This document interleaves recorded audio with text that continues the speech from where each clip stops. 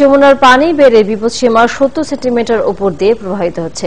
নতুন করে প্লাবিত হয়েছে 5 উপজেলার 29টি ইউনিয়ন।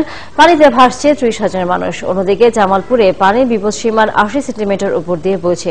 পানিবন্দী হয়ে পড়েছে প্রায় 2 লাখ মানুষ। দুর্গত এলাকায় ত্রাণ না পৌঁছানোর অভিযোগ করেছেন অনেকে। সহকর্মীদের তথ্যছবিতে বিস্তারিত।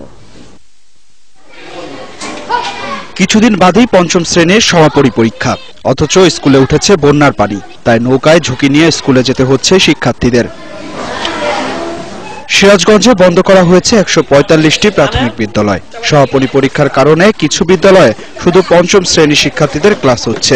1, 2, 3, 4 ছুটি দিয়ে দিয়েছিল, ছোট ছোট বাচ্চা, ওদের তো ছুটি দিয়ে দিয়েছি, কিন্তু ক্লাস 5 ছুটি দিতে পারিনি। ওদের সমাপনী পরীক্ষার প্রস্তুতি নিচ্ছি আমরা, কিন্তু প্রস্তুতি ভালো হচ্ছে না। স্কুলেও পানি, বাড়িতে পড়াশোনা করতে পারছি না, স্কুলেও ক্ষতি হচ্ছে।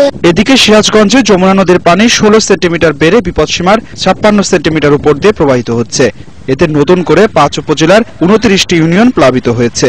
পানিতে ভাসছে প্রায় 30,000 মানুষ। পানি দিয়ে ডুবা দেখতে পাইছি না, মেম্বার চেয়ারম্যানও দেখতে পাইছি না, সরকারে বলে দেয়ই না কিছু। কোনো হানে বাড়াতে পারতেছি না, বাজার ঘাট নাই, খুব এই পানির মধ্যে এই ইট পায়রা নয়া তক্তা ফাইরা তারিপুর এই বসে বসি। বন্যার্থীদের 139টি কেন্দ্রে আশ্রয় দেওয়া হয়েছে। প্রশাসনের কর্তারা বলছেন 140 মেট্রিক টন চাল এবং 3 লাখ টাকা সাহায্য দেওয়া হয়েছে দুর্গতদের। এদিকে জামালপুরের বাহাদুরবাদ পয়েন্টে যমুনার পানি বেড়ে বিপদসীমার 80 সেন্টিমিটার উপর দিয়ে প্রবাহিত হচ্ছে। পানিবন্দী হয়ে পড়েছেন 4 উপজেলার 20টি ইউনিয়নের প্রায় 2 লাখ মানুষ। বন্ধ করে দেওয়া হয়েছে জেলার 120টি শিক্ষা প্রতিষ্ঠান। তলিয়ে গেছে রোপা আমনের বীজতলা সহ অন্তত 500 হেক্টর ফসলি জমি। দেখা দিয়েছে বিশুদ্ধ পানি ও গোখাদ্যের সংকট। না পাইতেছে, ভাত না পাইতেছে, মনে করেন কোনো কিছু। 3-4 বাড়ির মানুষ এক বাড়িতে এক চুলা তান্দা, খাওয়া দাওয়া, পানিরও কষ্ট। আমি নিজেও উভেস আছি, আর বাল বাচ্চা কি খেলাম, কোনো কাজও নাই, কামও নাই। দুর্গত এলাকায় 57 মেট্রিক টন চাল, 1 লাখ টাকা ও কিছু শুকনো খাবার দেওয়া হয়েছে।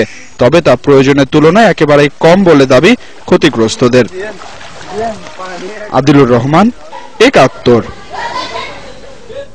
1971 সালে বাংলাদেশের মুক্তিযুদ্ধ চলাকালে মিত্র বাহিনীর পক্ষে সিলেট অঞ্চলের যুদ্ধে অংশ নেয়া ভারতীয় অবসরপ্রাপ্ত মেজর জেনারেল কার্ডুজেন মনে করেন মুক্তিযুদ্ধে বাংলাদেশের বিরোধিতাকারীদের বাংলাদেশে রাজনীতি করার কোনো অধিকার থাকা উচিত নয়। যুদ্ধাপরাধীদের সাজা নিশ্চিত করায় সরকারকে ধন্যবাদও জানান ভারতীয় মিত্র বাহিনীর সাবেক এই মেজর জেনারেল। লন্ডন প্রতিনিধি তানভীর আহমেদের রিপোর্টে বিস্তারিত। যারা সমর্থন করেনি বাংলাদেশে তাদের রাজনীতি করার কোনো অধিকার নেই বলে মন্তব্য করেছেন ভারতীয় মেজর জেনারেল অবসরপ্রাপ্ত কার্ডুজার। মুক্তিযুদ্ধ চলাকালে ভারতীয় মিত্র বাহিনীর পক্ষে সিলেট অঞ্চলে যুদ্ধ করেছেন তিনি।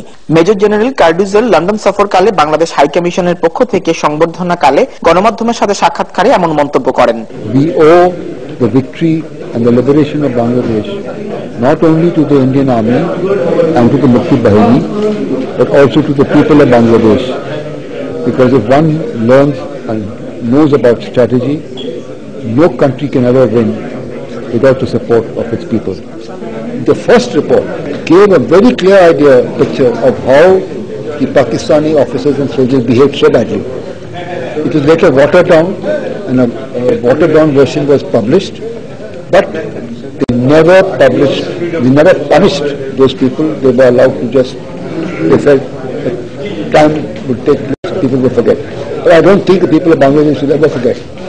Bangladesh, on the other hand, till today, has been taking action against those war criminals who fought against the interests of Bangladesh. That is a very good thing. People who have worked against the people of Bangladesh, because the country consists of people, and the people have worked against their own people, they have no legitimacy. Bangladesh ভারতের বন্ধুত্বপূর্ণ সম্পর্কের কথা উল্লেখ করে major general কার্ডুজার বলেন, কোন দেশ কিংবা গোষ্ঠীর প্ররোচনায় বাংলাদেশ ভারতের সুসম্পর্ক নষ্ট করতে পারবে না। As long as the people of Bangladesh understand and accept the people of India and the people of Bangladesh always want to be friends, this will not happen. এর আগে কার্ডুজারকে হাই কমিশনের পক্ষ থেকে শুভেচ্ছা জানান ব্রিটেনে নিযুক্ত বাংলাদেশের ভারপ্রাপ্ত হাই কমিশনার খন্দকার এম তালহা। মুক্তিযোদ্ধার সন্তান ও প্রেস মিনিস্টার নাদিম কাদেরের লেখা বই ছাড়াও ব্র্যান্ড কাউন্সিলের মেয়র পারভেজ আহমেদের পক্ষ থেকে শুভেচ্ছা স্মারক তুলে দেওয়া হয়। এ সময় শুভেচ্ছা বক্তব্য রাখেন ভারতীয় মিত্র বাহিনীর অপর যোদ্ধা লেফটেন্যান্ট জেনারেল বিলোমরিয়ার সন্তান লর্ড কিরণ বিলোমরিয়া। তানভীর আহমেদ, একাত্তর, লন্ডন।